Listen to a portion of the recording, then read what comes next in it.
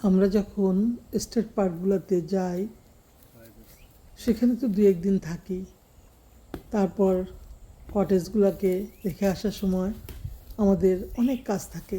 যেমন এই যে গাড়ি লোড করা, এটা একটা বিরাট কাজ। সবাইকে সমস্ত জিনিসপত্র প্যাকিং করে গাড়িতে ওঠাতে হয়। এত সুন্দর পার্কটা ছেড়ে যাচ্ছি, 3-4 দিন ছিলাম আমরা এখানে, অনেক ভালো লেগেছিল, অনেক এনজয় করেছি। বিশাল এই পার্কটা একটা অনন্য সুন্দর জায়গা। এই যে আমাদের লোডিং হচ্ছে, আপনারা দেখতে পাচ্ছেন, বাচ্চারা এবং বুড়া সবাই মিলে লোডিং করতেছে। কারণ না করে উপায় নাই, এই দেশে তো আর কোনো লোকজন পাওয়া যায় না, সবাইকে সবার কাজ নিজেদেরই করতে হয়। আর এগুলো করতে আমাদের বাচ্চারাও অভ্যস্ত হয়ে গেছে, আর আমার ভাইরা তো একদম এক্সপার্ট, তারা এসব ব্যাপারে খুবই অভিজ্ঞ। কারণ সবসময় বাইরে এদিক সেদিক আমরা যাই, তখন তো এগুলো আমাদেরকে সামাল দিতেই হয়, এই আর কি। এরপর আমাদের ডেস্টিনেশন ছিল সিলভার স্প্রিং স্টেট পার্ক। ওহ, সেই জায়গাটা যে কত সুন্দর আমার মনে আছে। অনেক বছর আগে, 25 বছর আগে আমি প্রথম গিয়েছিলাম, তারপর আরও অনেকবার যাওয়া হয়েছে। কিন্তু এখন আবার এই যে বাচ্চাদের বড় হয়েছে, ওদেরকে নিয়ে আবার যাওয়া, এই আর কি। তা এই যে আমরা চলে আসছি, প্রায় 4.5 ঘন্টা জার্নি ছিল আমাদের।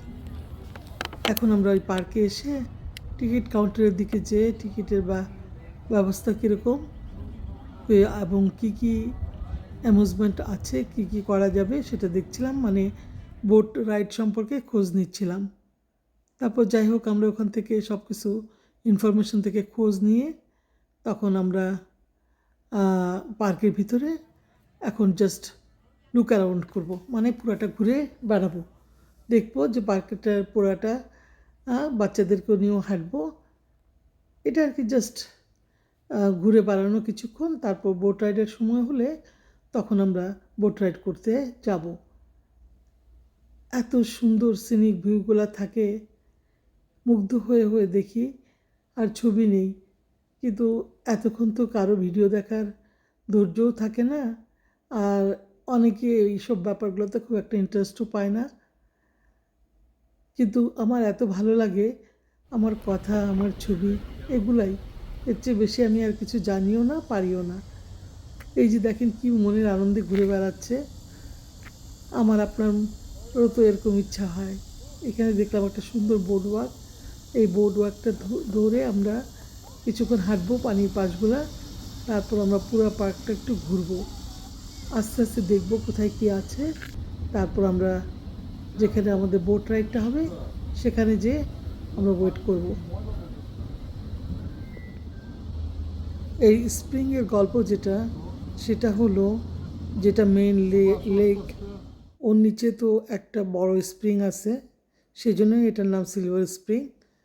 ওই স্প্রিং থেকে প্রতিদিন লক্ষ লক্ষ গ্যালন পানি উঠে, সেই পানিগুলা বোতলে জাত করে ক্লিন করে তারপরে আমাদের কাছে পৌঁছায়, মানে খাওয়ার পানি হিসেবে সেটা বিক্রি হয়। সেটা একটা বোট রাইডের সময় সেই স্প্রিংটা আমরা দেখব।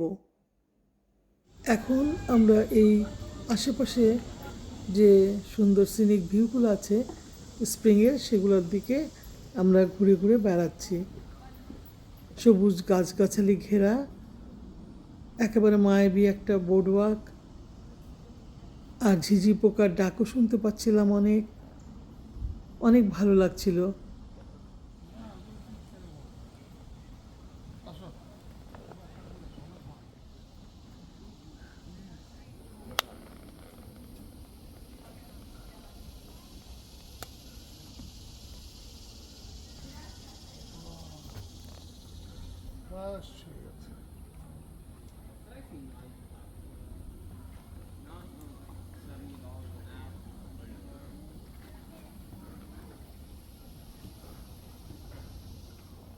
পানিগুলোর স্বচ্ছতা এত বেশি, একদম গভীর নিচ পর্যন্ত দেখা যায়।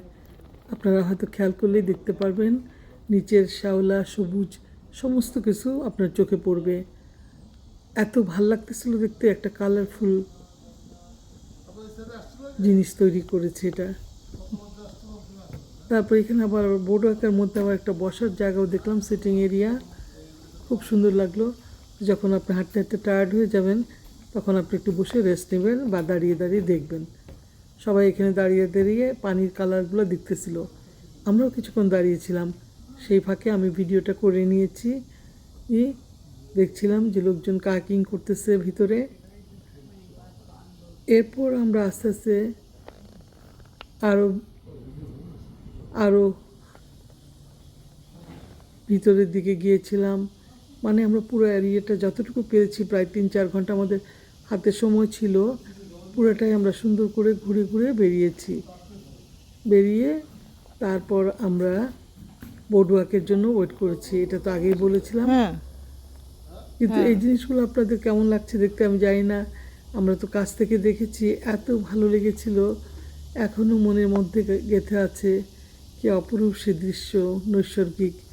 মনে হয় যে ইস, যদি অনেক সময় অনন্তকাল এখানে বসে থাকতে পারতাম এই সুন্দর জায়গাগুলোতে, এরকম আপনার একটা ফিল আসবে এখানে গেলে।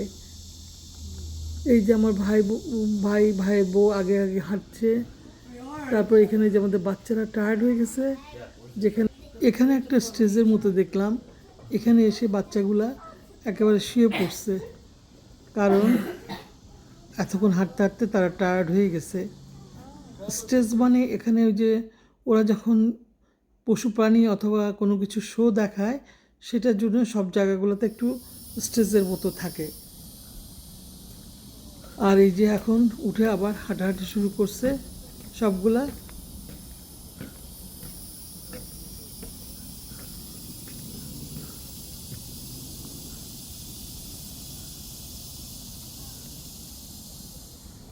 তারপর আমরা এই বোর্ড ওয়াক ধরে হাঁটতেছি, চতুর্পাশে পানিগুলোও দেখতেছিলাম, অনেক ভালো লাগতেছিল, এত সুন্দর বাতাস বইছিল।